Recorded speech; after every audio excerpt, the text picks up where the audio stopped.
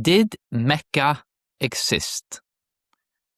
Some researchers argue that there is surprising little contemporary historical evidence for Mecca in Islam during the lifetime traditionally assigned to Muhammad, despite its central role in Islam.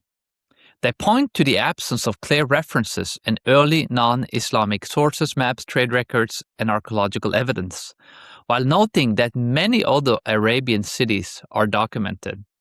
They also argue that the earliest mosques appears to have qiblas pointing elsewhere, and question whether Mecca's geography fits descriptions found in early Islamic tradition or the profile of a major commercial center. These observations have led revisionist scholars such as Patricia Cohn and others to question the traditional narrative.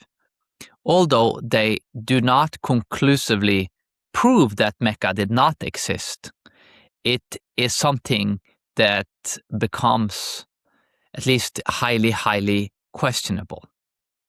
And one of the most well-known scholars that looked at this is Dr. Jay Smith, who did his PhD on this topic. And he has a longer video where he explains this further. I'm going to put a link in the video so that I would highly encourage you to listen to that. It's the book, The Man and the Place, and it's very insightful. And you'll learn a lot by listening to it. But he talks about how the Quran confuses its geography. He talks about how the ancient maps don't show Mecca, how the early qiblas faced Petra, not Mecca, how the land-based trade routes theory has been debunked, how the sea-based trade route theory has also been debunked, and how the traditional 5 stages of the Hajj in Mecca have been challenged. And as a result of this, he questioned the existence of Mecca and says there really is just no evidence to support this from historical sources at the time. Another very prominent scholar is Patricia Cohn. Wrote a book, Meccan Trade and the Rise of Islam. Patricia Cohn, especially, she could read a lot of the ancient languages and look up the maps and everything and read this stuff for herself. I don't know how many languages she was able to read, but it was a lot of the ancient languages. A very prominent scholar in this field. And her conclusion is that the Mecca's barren geographical setting makes it unlikely to have been a major commercial or religious hub. There is a lack of contemporary historical evidence supporting Mecca's prominence, and the idea of Mecca as a great center of trade and worship reflects later Islamic traditions, not early historical reality. Another scholar that looked at this is Dan Gibson in the Quranic geography. He says, Islam was founded in northern Arabia in the city of Petra. It was there that the first parts of the Quran were revealed before the faithful were forced to flee to Medina. Thus the Prophet Muhammad never visited Mecca, nor did any of the first 4 rightly guided caliphs. Mecca was never a center of worship in ancient times and was not part of the ancient trade routes in Arabia. Very interesting that he's very much convinced that Muhammad didn't even visit Mecca, and there just isn't any evidence to support the historical accounts that is claimed by Muslims that Mecca is a city at the time of Muhammad.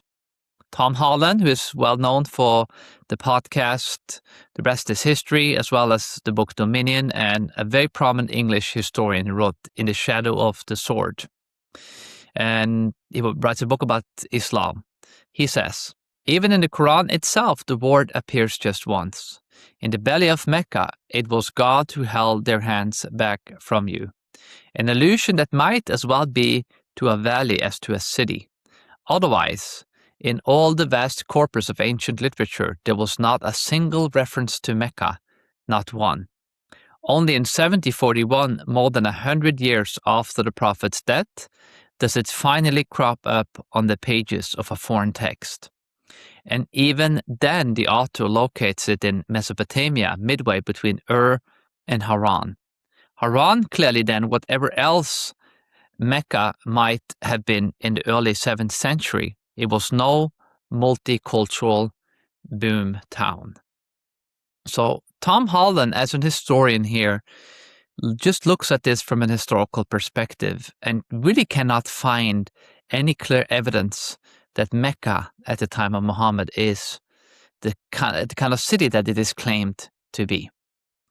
Another Islamic scholar, Dr. Mark Duria, who is a linguist and studies languages, says the orthographic and phonological features of the Quran, rasm, root consonants, provide clear evidence that what became the classical Arabic of the Quran was never the native dialect of Mecca, but rather reflects the Nabatean Arabic dialect of the region surrounding Petra.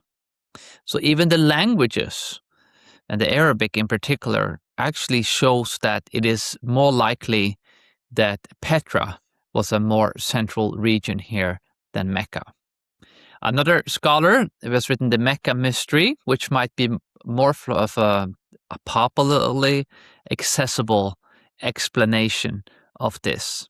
Peter Townsend here writes, to put it as bluntly as possible, there is not a single shred of uncontested primary source evidence confirming the existence of an ancient city of the spot where the modern city of Mecca is located.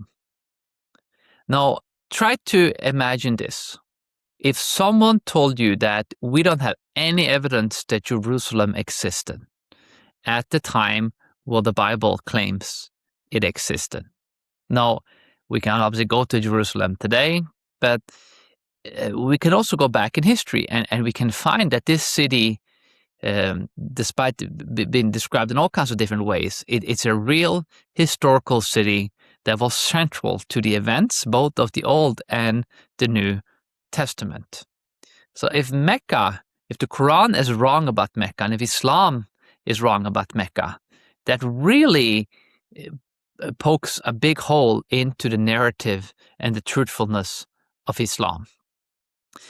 But I will encourage you to look at these sources for yourself and to figure out if these scholars are right or wrong about the evidence when it comes to Mecca. And just let me say again, they're not claiming that we know for sure that Mecca did not exist. They're simply saying we just don't have any evidence for it.